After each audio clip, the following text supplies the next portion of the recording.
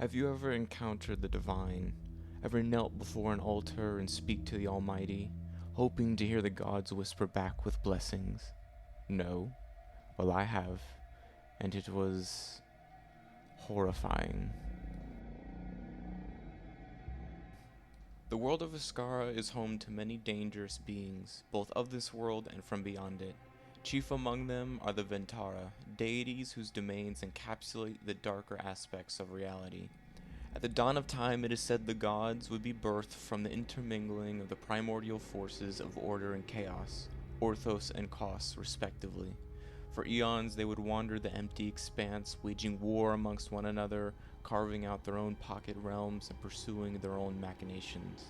But the emergence of life in the young world of Iskara would forever alter the course of history. The first gods to take an interest in the strange and mortal beings would, in time, be known as the Vron, or simply the Divines. However, those that saw these fledgling mortals as nothing of import would be forever branded as the Ventara, the Forsaken. For much of Iskara's history, the Ventara paid it little mind, believing it to be a waste of their godly power. But that would change when the mortal races reached their zenith. It is unknown what exactly drew the attention of the Ventara, and all records that have survived from those times only adds to the theories and speculations.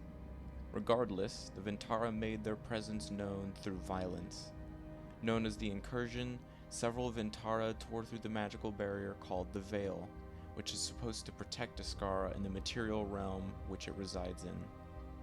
These demons, along with their monstrous legions, wreaked untold havoc and nearly destroyed all life on Iskara, and it is said that some among even the Divines, whose names have long been forgotten, were slain.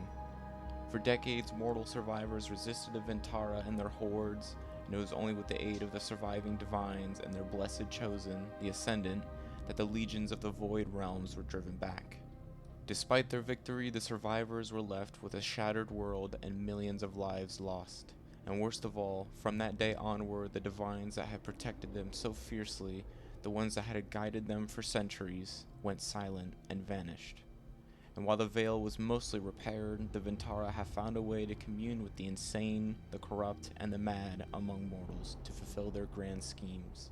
As mentioned before, the Ventara are powerful deities who call the endless realm of the void home. It is here that each Ventara, powerful enough to do so, have formed their own pocket realms to suit their whims and reflect who they are. Within these dimensions, one will find reality-defying vistas and the minions that serve their respective gods, the Velkins. From records, artifacts, and more recent encounters, there are 19 known Ventara, most of which have shown a keen interest in mortal affairs and who delight in sowing chaos and discord. It is also speculated that many more Ventara linger in the unending void, biding their time to make their presence known. Throughout history, many have communed or encountered these dark gods, and those that emerge with their sanity intact have returned with many tales to tell and powerful artifacts capable of shifting the tides of history.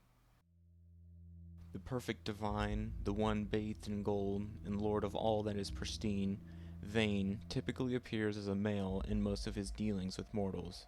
His domains: perfection, pride, ambition, and selfishness. For no other being is worthy of such spheres of influence.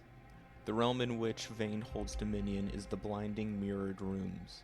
Within the realm stands the alluring halls, which serve as Vane's seat of power and is best described as an intricate mosaic of reflective crystals and shimmering mirrors, and at its center lies the prismatic palace. The palace is where Vane is said to primarily reside, and is a massive construct so magnificent in its design that it can blind the unprepared. Vane, like most of his kin, cares little for the lives of mortals, but every now and then one of stunning beauty or talent will catch his eye, and he will go through great lengths to acquire them. There are two known artifacts pertaining to Vane: the Staff of Vanity and the Gilded Bands. The staff has a unique enchantment which compels its wielder to focus entirely on themselves to a near fatal extent. At first glance, this effect may seem counterproductive and more of a hindrance rather than an all-powerful artifact. However, for those that truly understand its capabilities, they are granted an opportunity to sow immense chaos. The enchantment on the bands allow the wearer to manipulate the ambitions and will of themselves and those of weaker willpower. This enchantment is said to increase in power with every ring equipped, making it a prize collector's item.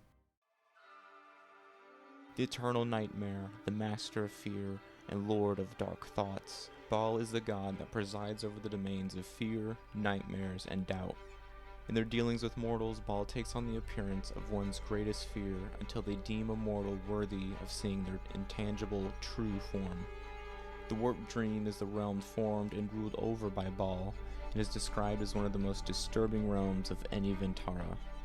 Often described as an eternal void in which one can only see a few feet in front of them, the few that have managed to survive and retain most of their sanity speak of creatures lurking just out of sight, hissing and croaking as they inch their way closer to their prey. Some speak of the occasional flash of lightning that brightens the abyss, revealing the dark spawn that stalks its infinite shadows. The realm is also notoriously difficult to map and navigate, as it is constantly shifting, never remaining the same for long. One area in the dream does, however, remain the same. At the very center of the dream lies the waking locus, the heart of the realm. No mortal has managed to enter the locus, as all who have attempted report visceral feelings of existential dread and terror as they made their approach.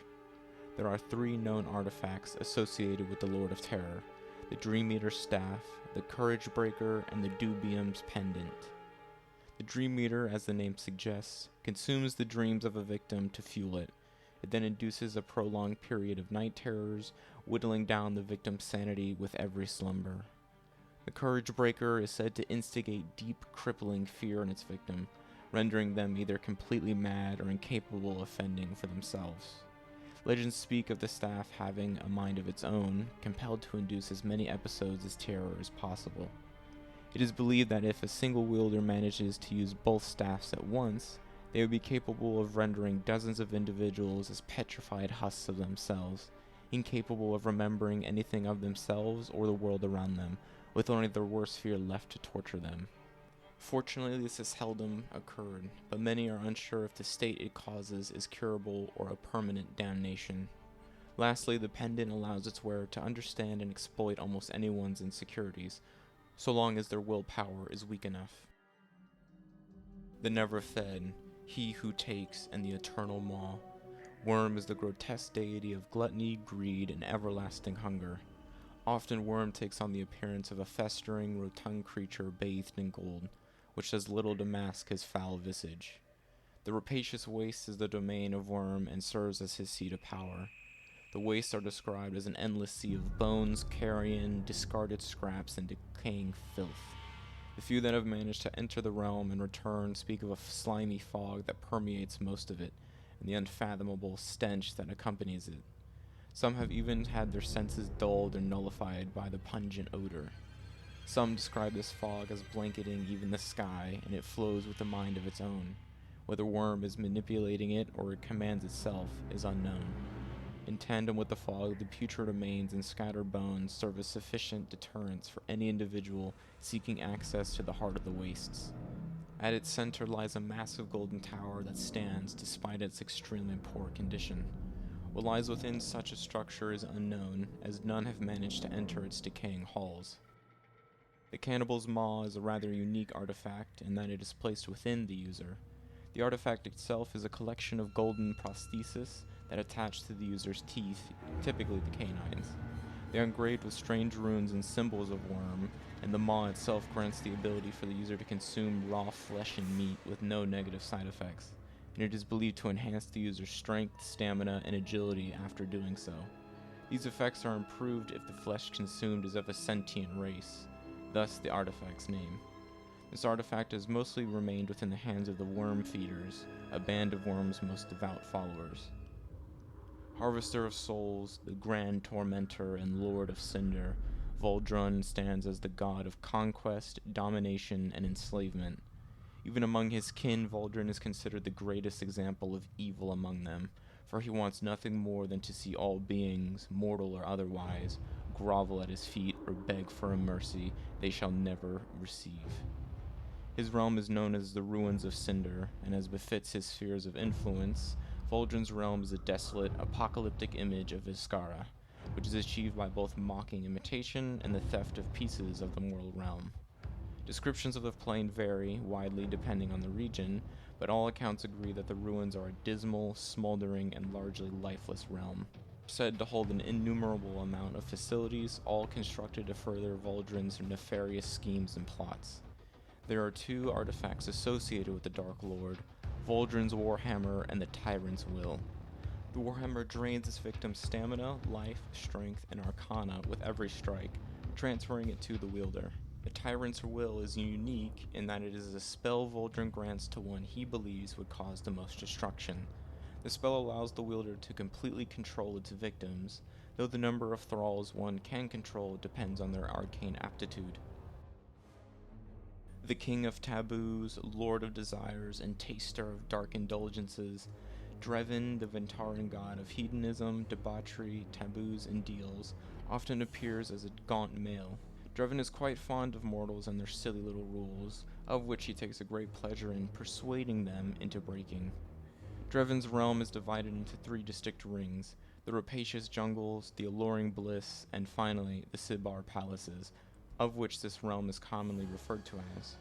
One of the few realms to value beauty, the palaces are designed to induce the greatest of euphorias and temptations, and only two artifacts are tied to Dran's influence: the Trickster's Charm and the Deceiver's Blade.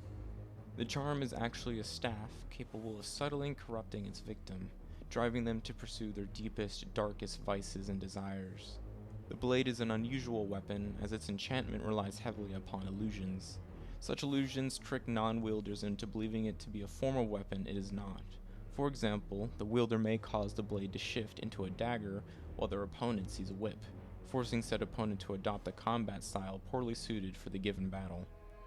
She who plots, the Lady of Lies, and the Web Spinner, Lyra is the goddess of lies, deceit, secrets, and betrayal. Believed to have once been one of the Vron, one of honesty, sympathy, and camaraderie, Lyra has become twisted through unknown means, something many would find impossible. Her realm is the Scarlet Skyne, an infinite hive of caverns and tunnels home to an untold number of spider nests, toxic webbing, and breeding pools. The most infamous of Lyra's artifacts are the Bloodied Strings and the Black Blade. The strings are a gathering of web-like whips that its wielders can use as potent weapons. Laced with violent toxins, the strings can kill most mortals with a single strike, leaving them paralyzed as the searing pain slowly wears away at them.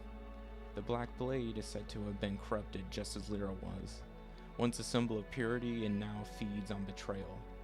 All one must do to increase its power is slay those closest to them, and the deeper the bond, the more it feeds. And that concludes the first look at the dark deities of Iskara. In the next part we will discuss another selection of the sinister and depraved. Thank you so much for taking the time to watch this, and feel free to like, subscribe, and comment any of your ideas, suggestions, or feedback down below. Take care, and happy world building.